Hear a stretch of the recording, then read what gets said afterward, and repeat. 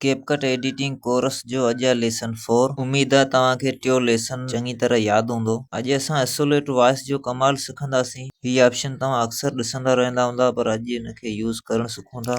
सो सभ खां पहिरियां तव्हां म्यूज़िक ऐड करियो, का बि म्यूज़िक जेका तव्हांजी पसंदि जी हुजे। जीअं असां हिते उर्दू गानो जब कोई बात बिगड़ जाए, हीअ असां सिर्फ़ प्रैक्टिस जे लाइ लॻायो आहे, ओनली प्रैक्टिस।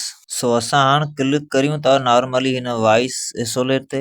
हिते तव्हां वटि ॿ ऑप्शन नज़र ईंदा, कीप वॉइस ऐं रिमूव वॉइस। कीप वॉइस जेको आहे हिन ते तव्हां क्लिक कंदा त सिर्फ़ु तव्हांजे गाने जो आवाज़ रहंदो। जब कोई मुश्किल पड़ जाए, उन खां पोइ असां क्लिक करियूं था रिमूव वॉइस ते।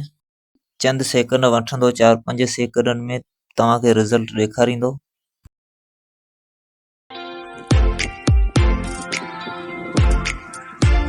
दोस्तो हाणे हिन जेको आवाज़ हो सिंगर जो, फनकार जो, उहो कटे करे रिमूव करे बाक़ी असांखे म्यूज़िक ॾिनी। बाक़ी हिकु ॻाल्हि जो तव्हां ख़ासि ख़्यालु रखिजा, का बि 12 जेका तव्हां म्यूज़िक यूज़ करियो था लाइब्रेरी खां अलावा, जीअं हीअ असां कट कयो आहे, हिन जी तव्हां फुल को बि सॉन्ग न लॻाइजा, हुन में कॉपीराइट अची सघे थो। बाक़ी चंद सेकंडनि जो जीअं टिकटॉक शॉर्ट ठहंदो आहे या फेसबुक रील, इंस्टाग्राम रील में तव्हां यूज़ करे सघो था 15-20-25 सेकंडनि जो। ठीकु आहे दोस्तो, इहो ख़्यालु रखिजा। चैनल खे सब्सक्राइब ऐं लाइक करियो। मिलूं था ईंदड़ लेसन में। पंहिंजो ऐं पंहिंजे प्यारनि जो ख़्यालु रखो। अल्लाह हाफ़िज़।